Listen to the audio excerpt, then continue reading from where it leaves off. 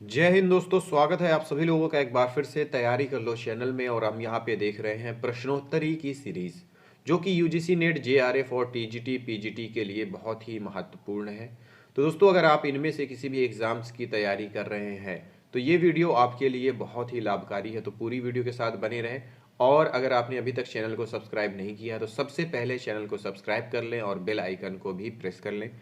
दोस्तों, अगर आपने पिछली क्लासेस हमारी नहीं देखी है, जो कि डिटेल्स में भी हम कर रहे हैं और इसके साथ साथ ही प्रश्नोत्तरी की सीरीज भी कर रहे हैं, तो आप चैनल के प्लेलिस्ट में जाएं।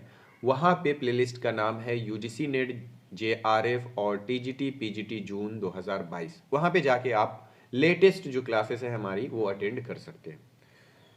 तो चलिए दोस्तों, शुरुआत करते हैं आज के प्रश्नों की। तो हिंदी भाषा और उसका विकास से संबंधित जो प्रश्न पूछे जाते हैं एग्जाम में, उसमें से पहला प्रश्न है, निम्नलिखित में से किस भाषा का विकास शौरसेनी अपभ्रंश से हुआ है?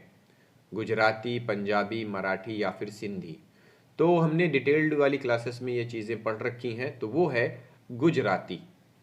अब शौरसेनी अपभ्रंश से गुजराती भाषा का विकास हुआ है। इसको एक बार देख लेते हैं कि शौरसेनी अपभ्रंश के से किन किन भाषाओं और उपभाषाओं का विकास हुआ है। तो सबसे पहला है शौरसेनी अपभ्रंश, जिससे पश्चिमी हिंदी, राजस्थानी हिंदी, राजस्थानी, पहाड़ी और गुजराती का विकास हुआ है। पश्चिमी हिंदी, राजस्थानी, पहाड़ी और गुजराती, इतनी भाषाओं का विकास किससे हुआ है? शौरसेनी अपभ्रंश से।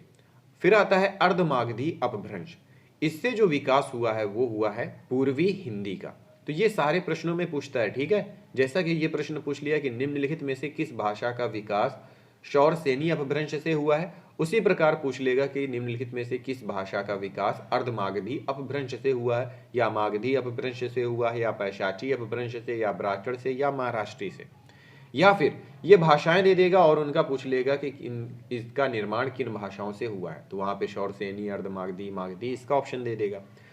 तो कुल मिला के कहने का तात्पर्य यह है कि आपको ये टेबल याद करनी होगी। फिर तीसरी है मागधी अपभ्रंश। इससे बिहारी, बांग्ला, उड़िया और असमिया का विकास हुआ है। फिर है पैशाची अपभ्रंश। इससे लहंदा, पंजाबी और सिंधी का विकास हुआ है। सॉरी, पंजाबी, लहंदा और पंजाबी का विकास हुआ है। फिर है ब्राह्मण अपभ्रंश। इससे सिंधी भाषा का विकास हुआ है। और अंत में है महाराष्ट्री। इससे मराठी भाषा का विकास हुआ है। तो अब इसमें से कोई भी प्रश्न, एक प्रश्न तो पूछेगा 100%, एक प्रश्न इसमें से पूछेगा ही पूछेगा, क्योंकि ये यूनिट फर्स्ट है और फर्स्ट में से लगभग 5 से 8 प्रश्न पूछता है, ठीक है। तो ये प्रश्न एक बनता ही बनता है लैंग्वेज पे कि किस भाषा से इसका विकास हुआ है। फिर देखते हैं हिंदी साहित्य के इतिहास से संबंधित प्रश्न। प्रश्न है कि शिव सिंह सरोज का प्रकाशन कब हुआ? शिव सिंह सरोज का प्रकाशन कब हुआ था? 1862, 1870, 1883 या फिर 1888? डिटेल्ड वाली क्लासेस में हमने लास्ट डे पढ़ा था, तो उसमें है 1883 ईस्वी, जिसके रचनाकार हैं शिव सिंह सेंगर।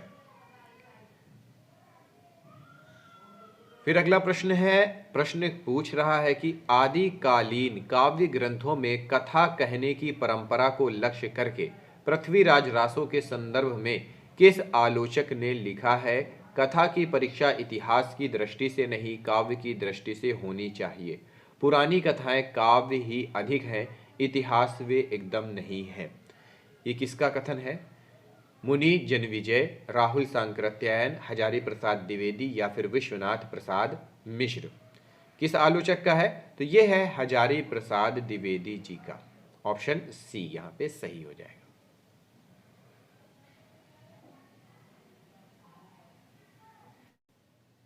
तो ये जो लिखा था वो आचार्य हजारी प्रसाद द्विवेदी जी ने लिखा था।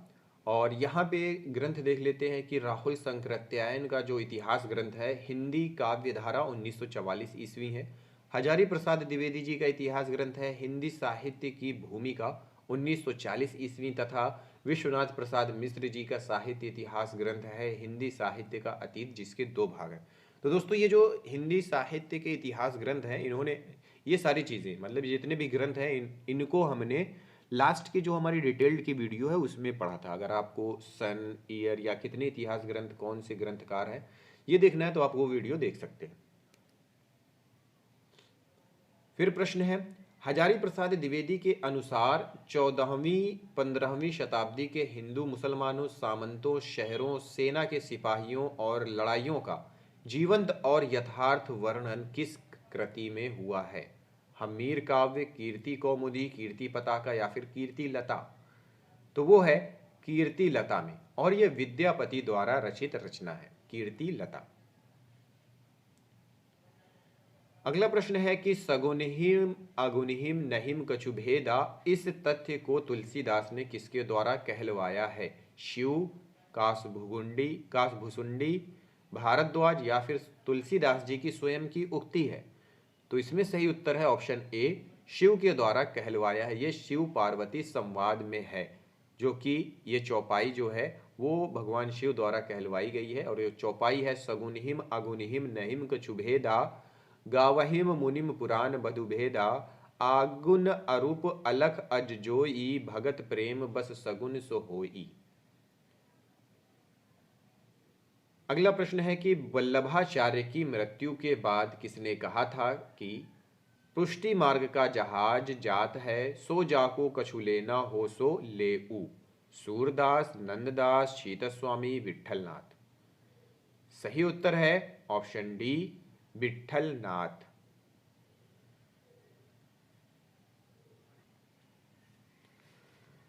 प्रश्न है कि सूरसागर में जगह जगह दृष्टिकूट वाले पद मिलते हैं, यह भी विद्यापति का अनुकरण है। सूरदास से संबंधित उक्त विचार किस आलोचक का है? हजारी प्रसाद द्विवेदी, ब्रजेश्वर वर्मा, रामचंद्र शुक्ल या फिर हरवंशलाल शर्मा? सही उत्तर है ऑप्शन सी, रामचंद्र शुक्ल। आचार्य रामचंद्र शुक्ल ने अपने साहित्य इतिहास ग्रंथ में यह लिखा है कि सूरसागर में जगह जगह दृष्टिकूट वाले पद मिलते हैं, यह भी विद्यापति का अनुकरण है, विद्यापति जी का अनुकरण है। आचार्य हजारी प्रसाद द्विवेदी जी ने सूर के साहित्य से संबंधित सूर साहित्य नामक ग्रंथ भी लिखा है। फिर प्रश्न है कि है रथ पालकी गयंद ग्रह ग्राम चारु, आखर लगाए लेत लाखन के सामा हौ? यह उक्ति किस कवि की है? मतीराम, देव, कुलपति मिश्र, पद्माकर? सही उत्तर है ऑप्शन डी, पद्माकर। अब यहाँ पे कुछ उक्तियां हैं और उनसे संबंधित कुछ कवि दिए हुए हैं। तो पहला है, हथ रथ पालकी गयंद ग्रह ग्राम चारु, आखर लगाए लेत लाखन के सामा हो, ये पद्माकर की है। फिर है, कुदंत को रंग फीको लगे, झलके सब चारु गुराई, ये मतीराम की है। बड़े बड़े नैनन सो आंसू भरी भरी डरी, ये देव की है। और अंत में है, एसिन कुंज बनी झबी पुंज, रहे अली गुंजत यो सुख लीजय, ये कुलपति मिश्र की पंक्ति है।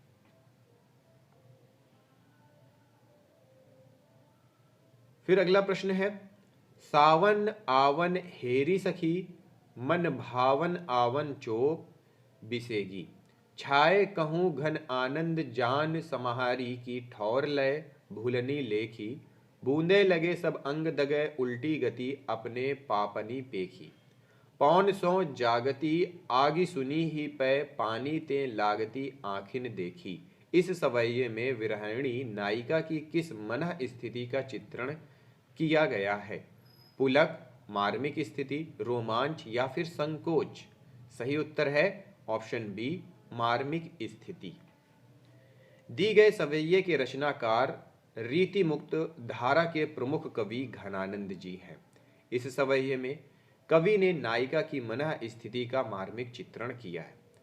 घनानंद जी की प्रमुख काव्य कृतियां हैं सुजानसार, इश्कलता, विरह लीला, वियोग बेली, कोक सार, कृपाकंद, रस केली वल्ली।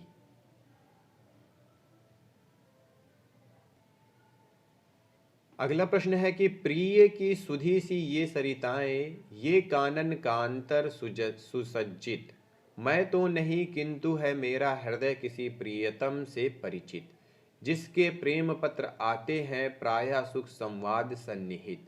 उपर्युक्त काव्य पंक्तियां किस कवि की हैं? अयोध्या सिंह उपाध्याय हरिऔध, राम नरेश त्रिपाठी, मैथिली शरण गुप्त या फिर लाला भगवान दी? तो वो है राम नरेश त्रिपाठी की पंक्तियां।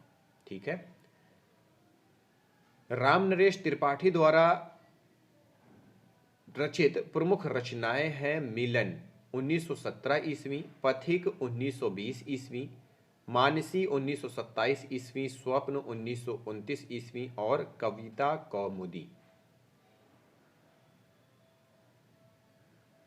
फिर अगला प्रश्न है, नाटक जारी है काव्य संग्रह के रचयिता हैं? कौन है? नाटक जारी है काव्य संग्रह के रचयिता कौन है?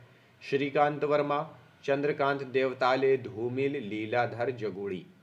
सही उत्तर है लीलाधर जगुड़ी। नाटक जारी है काव्य संग्रह लीलाधर जगुड़ी जी का है। इनकी प्रमुख रचनाएं हैं शंखमुखी शिखरों पर, इस यात्रा में, रात अब भी मौजूद है, बची हुई पृथ्वी, घबराए हुए शब्द, भय भी शक्ति देता है। और धूमिल जी की रचनाएं हैं संसद से सड़क तक, कल सुनना मुझे, सुदामा पांडे का प्रजातंत्र। फिर अगला प्रश्न है और प्रश्न कह रहा है कि निम्नलिखित में से आग और राग का कवि किसे कहा गया है? किसे कहा जाता है? दिनकर, निराला, पंत प्रसाद? तो वो है दिनकर जी को, रामधारी सिंह दिनकर, ऑप्शन ए। आग और राग का कवि रामधारी सिंह दिनकर जी को कहा जाता है। दिनकर जी की प्रमुख रचनाएं हैं रेणुका 1935 ईस्वी, हुंकार 1929 ईस्वी, रसवंती 1940 ईस्वी और द्वंद्व गीत 1940 ईस्वी, कुरुक्षेत्र 1946 ईस्वी, सामधेनी 1945 ईस्वी, रश्मि रथी 1952 ईस्वी, उर्वशी 1961, परशुराम की प्रतीक्षा 1963 ईस्वी और हारे के हरिनाम। फिर है निराला जी की प्रमुख रचनाएं हैं अनामिका, परिमल, गीतिका, तुलसीदास, कुकुरमुत्ता और नए पत्ते। फिर जयशंकर प्रसाद की प्रमुख रचनाएं हैं उर्वशी, वन मिलन, प्रेम राज्य, कानन कुसुम, प्रेम पथिक, चित्राधार और कामायनी। फिर सुमित्रानंदन पंत की प्रमुख रचनाएं हैं उच्छ्वास, ग्रंथि, पल्लव, गुंजन, स्वर्ण किरण, स्वर्णधूलि, कला और बूढ़ा चांद, लोकायतन और चिदंबरा। प्रश्न है कि जन्म काल की दृष्टि से निम्नलिखित कवियों का सही अनुक्रम होगा? Option A, B, C, D के तौर पे यहां पे दिया हुआ है, जिसमें सही उत्तर है ऑप्शन बी, कबीर, नानक, दादू और सुंदरदास। कबीर 1398 ईस्वी जन्मकाल और मृत्यु हुई थी 1518 ईस्वी में। गुरु नानक जन्म 1469 ईस्वी में और मृत्यु 1538 ईस्वी में। दादू दयाल 1544 ईस्वी में जन्म और मृत्यु 1603 ईस्वी में। सूरदास 1596 ईस्वी में जन्म और 1689 ईस्वी में इनकी मृत्यु। फिर प्रश्न है कि जन्मकाल की दृष्टि से निम्नलिखित रचनाओं का सही अनुक्रम क्या होगा? Option A, B, C, D के तौर पे दिया हुआ है, जिसमें सही उत्तर है ऑप्शन डी, ललित ललाम, शिवराज भूषण, पद्माभरण, नवरस तरंग। ललित ललाम, ठीक है, ललित ललाम, इसका समय पता नहीं है, ये मतीराम जी की है। शिवराज भूषण 1673 ईस्वी भूषण जी की है। पद्माभरण ये पद्माकर जी की है और अंत में है नवरस तरंग 1817 ईस्वी में, ये बेनी प्रवीण जी की रचना है। फिर है जन्म काल के अनुसार निम्नलिखित कवियों का सही अनुक्रम बताना है। Option A, B, C, D में सही उत्तर है श्रीधर पाठक, मैथिली शरण गुप्त, राम नरेश त्रिपाठी, सूर्यकांत त्रिपाठी, निराला। ऑप्शन डी, श्रीधर पाठक 1859 ईस्वी में जन्मकाल, मैथिली शरण गुप्त जन्मकाल 1886 ईस्वी, राम नरेश त्रिपाठी 1889 ईस्वी और सूर्यकांत त्रिपाठी निराला 1899 ईस्वी।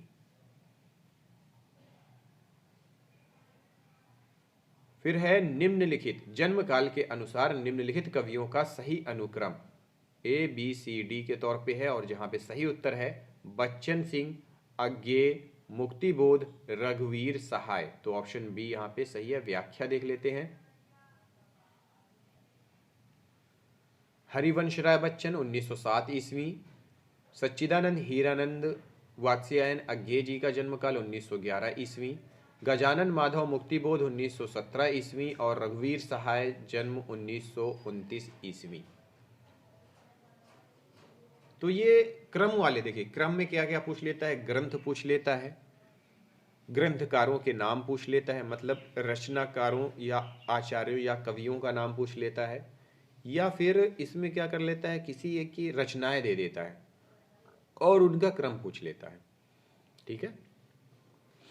फिर प्रश्न है कि हिंदी साहित्य की गद्य विधाओं से संबंधित है और प्रश्न ये है कि विश्वनाथ प्रसाद निम्नलिखित में से किस उपन्यास का पात्र है। दीर्घ तपा, कितने चौराहे, मैला आंचल, परती परिकथा। तो वो है मैला आंचल, ऑप्शन सी। विश्वनाथ प्रसाद मैला आंचल का एक पात्र है, उपन्यास का पात्र है।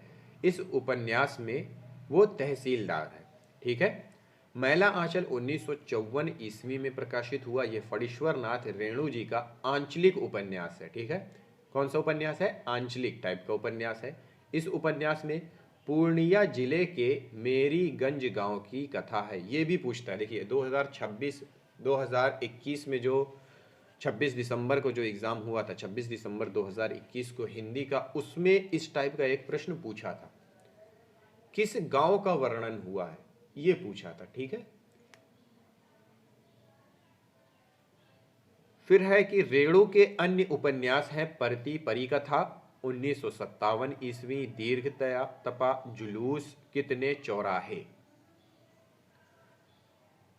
फिर अगला प्रश्न है और प्रश्न ये कह रहा है कि बाल वयः संधि और किशोर मन का मनोवैज्ञानिक अंकन किस उपन्यास में हुआ है। ऑप्शन है जयवर्धन शेखर एक जीवनी, सन्यासी, संघर्ष। तो वो है शेखर एक जीवनी, ऑप्शन बी। बाल वयः संधि और किशोर मन का मनोवैज्ञानिक अंकन सच्चिदानंद हीरानंद वात्स्यायन अज्ञेय के उपन्यास शेखर एक जीवनी में हुआ है। अज्ञेय जी के उपन्यास हैं शेखर एक जीवनी भाग 1 1940 ईस्वी, भाग 2 1944 ईस्वी, नदी के द्वीप 1951 ईस्वी, अपने अपने अजनबी 1961 ईस्वी। फिर प्रश्न है आ कहानी के प्रवक्ता कौन है। गंगा प्रसाद विमल, महीप सिंह, मधुकर सिंह या फिर शिव प्रसाद सिंह। तो वो है गंगा प्रसाद विमल, ऑप्शन ए। आ कहानी के प्रवक्ता गंगा प्रसाद विमल है, जबकि महीप सिंह सचेतन कहानी आंदोलन के प्रवर्तक हैं। प्रश्न है निम्नलिखित में से कौन सा नाटक प्रेमचंद्र जी का है। जय पराजय, रुपया तुम्हें खा गया, कृष्णार्जुन युद्ध या फिर करबला। तो जाहिर सी बात है वो है करबला, ऑप्शन डी। करबला नाटक प्रेमचंद का है। प्रेमचंद ने 3 नाटकों की रचना की है, जिसमें से पहला है करबला 1928 ईस्वी, संग्राम 1922 ईस्वी और प्रेम की वेदी। जय पराजय नाटक के नाटककार उपेंद्र नाथ अश्क हैं तथा रुपया तुम्हें खा गया है नाटक के भगवती चरण वर्मा जी हैं और कृष्णार्जुन युद्ध 1918 ईस्वी इसके माखनलाल चतुर्वेदी जी हैं। फिर प्रश्न है कि हजारी प्रसाद द्विवेदी द्वारा रचित निबंध संग्रह नहीं है, कौन सा है। नाथ संप्रदाय, प्रभाकर और ऑप्शन देख लेते हैं। साहित्य मर्म, साहित्य का मर्म, ललित्य मीमांसा। तो सही उत्तर है दोस्तों यहाँ पे प्रबंध प्रभाकर 1933, ऑप्शन बी। इस निबंध के लेखक हैं हजारी प्रसाद द्विवेदी, नहीं है, कौन है, बाबू गुलाब राय। के लेखक हजारी प्रसाद द्विवेदी नहीं है, बाबू गुलाब राय जी हैं। जबकि नाथ संप्रदाय, साहित्य का मर्म, ललित्य मीमांसा, ये आचार्य हजारी प्रसाद द्विवेदी जी के निबंध हैं। तो दोस्तों यहीं पे ये वीडियो समाप्त करते हैं। मिलते हैं अगली वीडियो में अगले टॉपिक के साथ। इस वीडियो को देखने के लिए बहुत बहुत धन्यवाद।